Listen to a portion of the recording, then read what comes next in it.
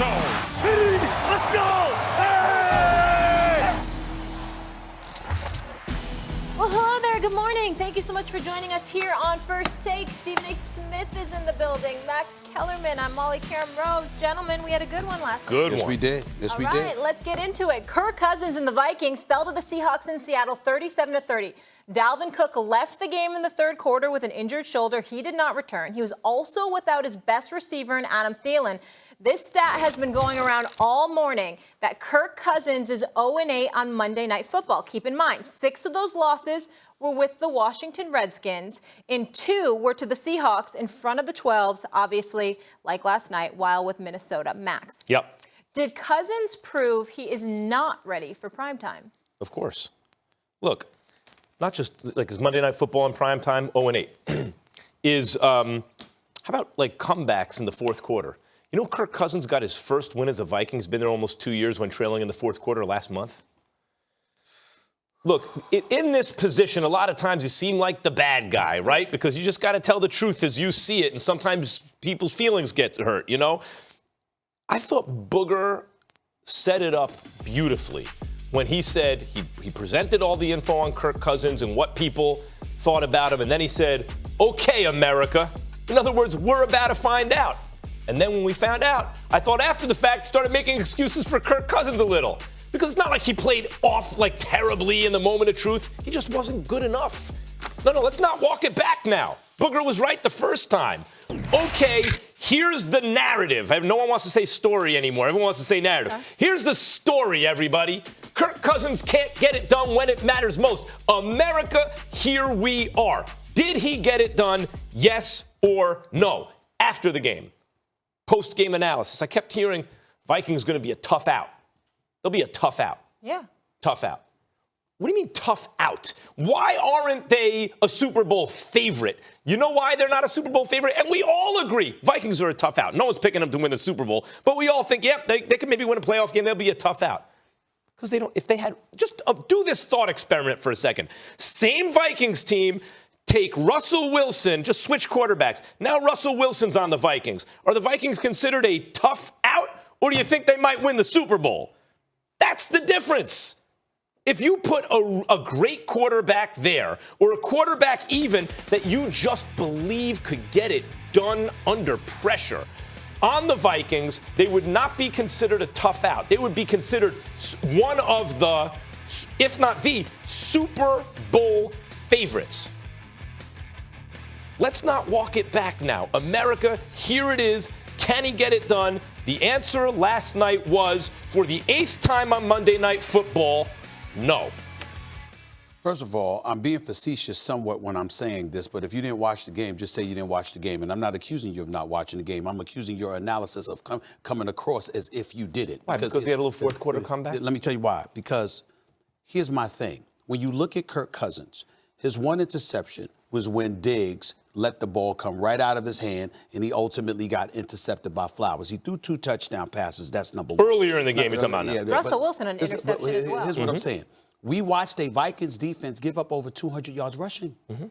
Again, I know you watched the game. I'm just accusing your analysis of being in such a way you just want to ignore what you saw last night because you want to make a point about Kirk Cousins. And I think the most important argument that's being made in favor of Kirk Cousins was what Molly said to jumpstart this conversation. The first 6 Monday night losses, who was he playing for? A person that you consider to be the worst owner in the entire National Football League, whose name you won't even acknowledge on national television, and I understand for good cause. My point to you is that nobody has abhorred the state of that franchise in the nation's capital more than you. So much so, I don't even think you like flying through Reagan National because you think you might be contaminated by Daniel Snyder, okay? So that's who the first 6 Monday night losses for Kirk Cousins was playing for.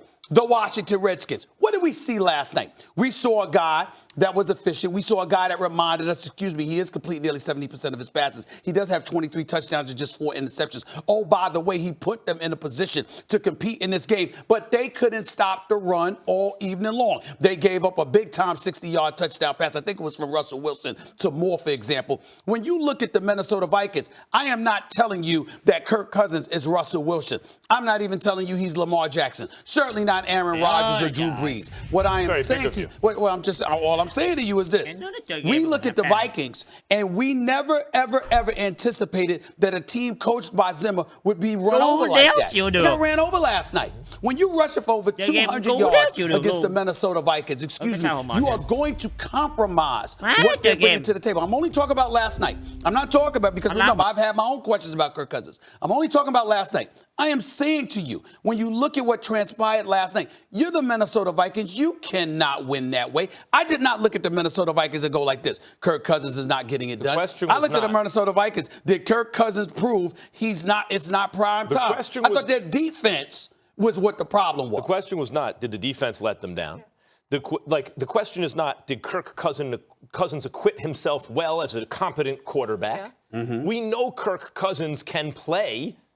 The question with Kirk Cousins is, in the moment of truth, can he ever get it done? Is he not primetime? Do you think it's fair to say that stat is misleading based on what Steven said? 6 times with the Washington Redskins, 2 times playing in Seattle in front of the 12s, one of the loudest stadiums? That would be if it was just the fact that he had the worst record in the history of Monday Night Football.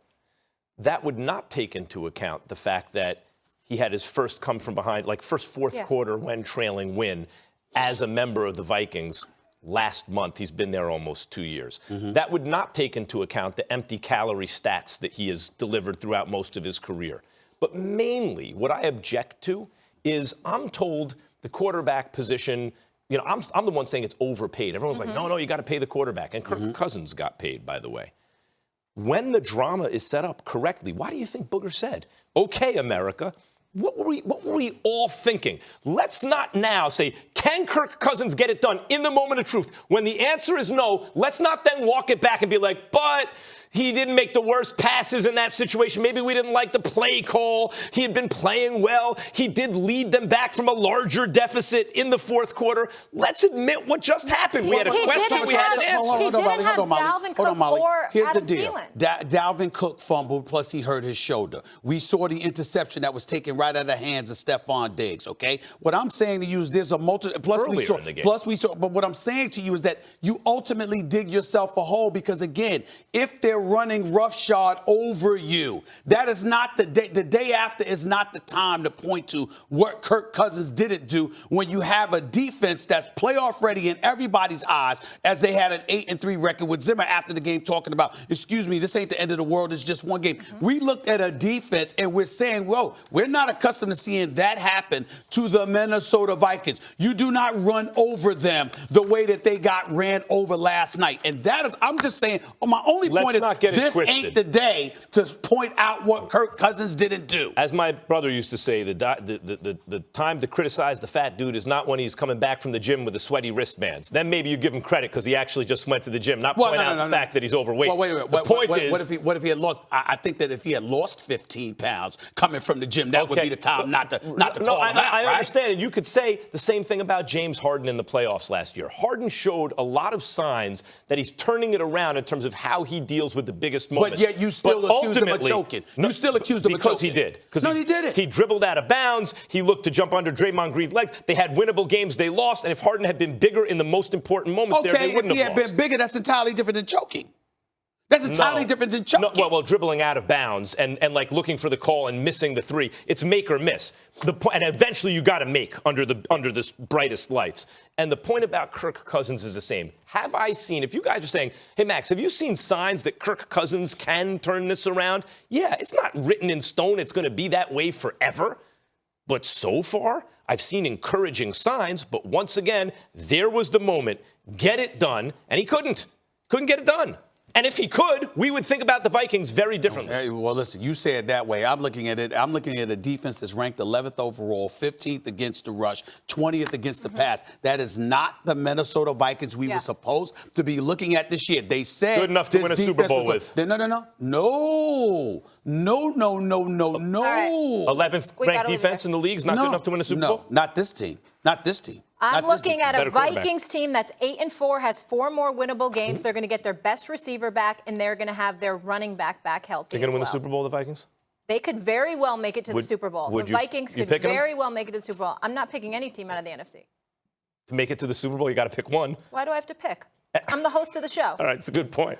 Doug Peterson wants all the blame on him for the Eagles' mess, but should the franchise quarterback be taking the heat? The Cowboys need their stars to step it up, but find out why it is not their quarterback who's the X factor for Dallas's push for the playoffs. And Max's boy Mello wins Player of the Week, so is it time for an apology from the critical Mr. Kellerman? First Take, just get started.